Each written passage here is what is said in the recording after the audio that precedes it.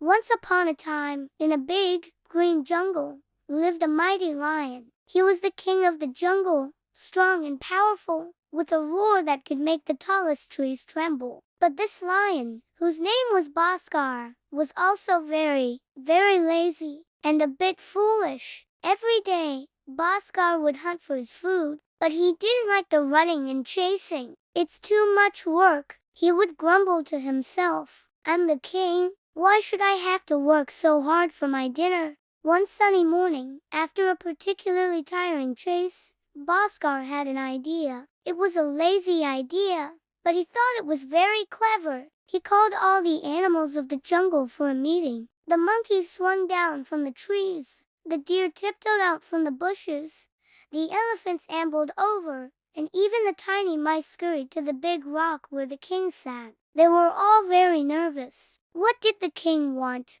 Bhaskar cleared his throat and let out a small roar to get everyone's attention. "My loyal subjects," he began, trying to sound very royal, "I have grown tired of hunting. It is a messy business. From now on, I have a new rule." The animals held their breath. "Every day," the lion continued, "one of you will come to my den and offer yourself as my meal. This will save me the trouble of hunting, and it will save you all from the fear of being chased down unexpectedly. It's a fair deal, don't you think?" The animals were terrified. This was not a fair deal at all, but they were too scared to argue with the mighty king. A sad silence fell over the jungle. They knew if they refused, the angry lion might hunt them all down at once. So, with heavy hearts, they agreed to his terrible plan. And so, it began. Each day, one animal would say a tearful goodbye to its family and friends, and walk to the lion's den. One day it was a gentle deer, the next a plump zebra,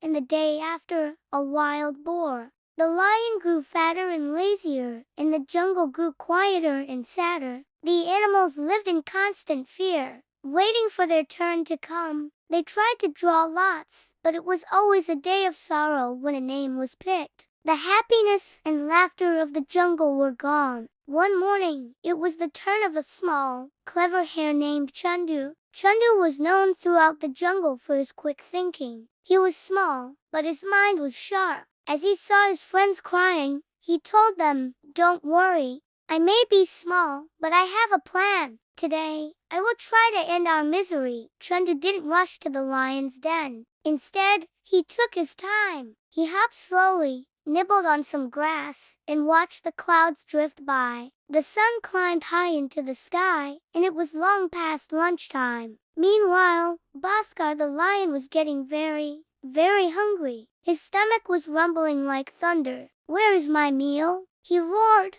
pacing back and forth in his den. "How dare they make the king wait? I'm so hungry I could eat the animals today." Just as his anger was at its peak, he saw the little hare, Chandu, hopping slowly towards him. "You," the lion roared, his voice shaking with fury, "you tiny little thing, you are my lunch. You are late, and you are barely a mouthful. Why are you so late, and why are you alone?" The animals promised one full meal a day. Chandu the hare bowed low, pretending to be very frightened. "Oh, great King Bhaskar," he said in a trembling voice, "please forgive me. It is not my fault. I was not alone. There were 5 of us hares. A good meal for you, your majesty. We started our journey to your den early this morning."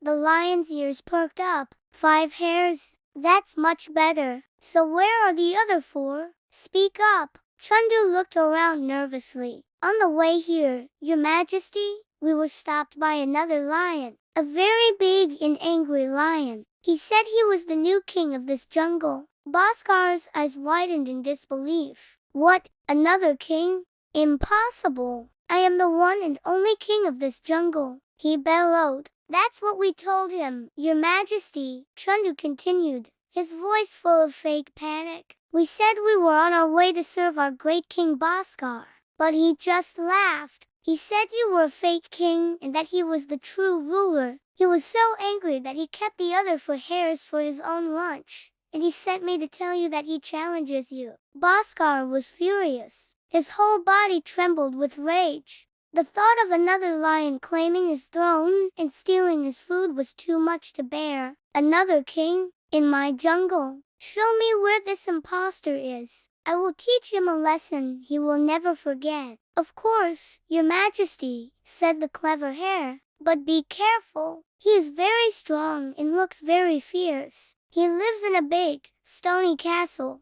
Ha! No one is stronger than me, boasted the foolish lion. Lead the way, little hare. Take me to him right now. So, Chundu the hare hopped ahead, and the fuming lion followed close behind. Chundu didn't lead him to a castle, of course. He led him to an old, deep well in a clearing in the jungle. The well was full of clear water. He's in there, your majesty, whispered Chundu, pointing a paw towards the well. He lives down inside his watery castle.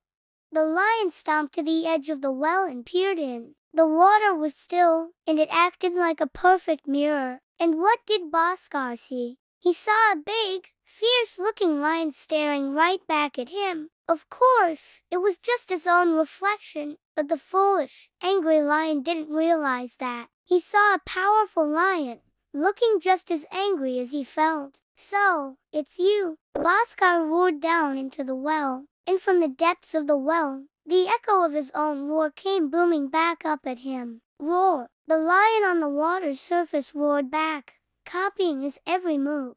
Bhaskar gnashed his teeth in fury. The lion in the well gnashed his teeth too. How dare you mock me? He screamed. I am the king. This jungle is mine. He was so consumed by his own anger and pride that he didn't stop to think. He only wanted to attack the other lion and prove he was the strongest. There was only one thing to do. With a final, deafening roar, Bhaskar the lion leaped with all his might straight into the well, aiming to attack his own reflection. Splash! He landed in the deep water. He thrashed and struggled, but the stone walls of the well were slippery and high. He couldn't climb out. The foolish king of the jungle, defeated by his own reflection, sank to the bottom of the well, never to be seen again. Chundu the clever hare watched for a moment, then scampered back to the other animals. We are free, he shouted joyfully. The foolish lion is gone forever.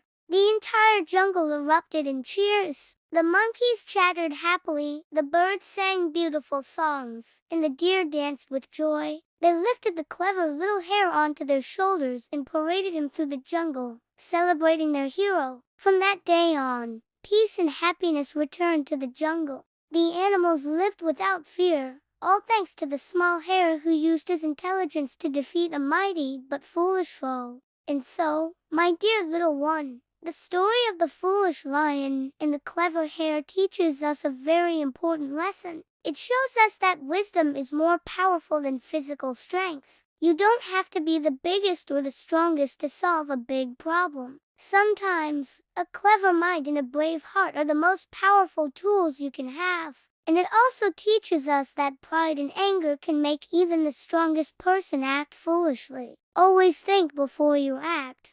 Now, close your eyes and dream of clever little hares and happy jungles. Good night.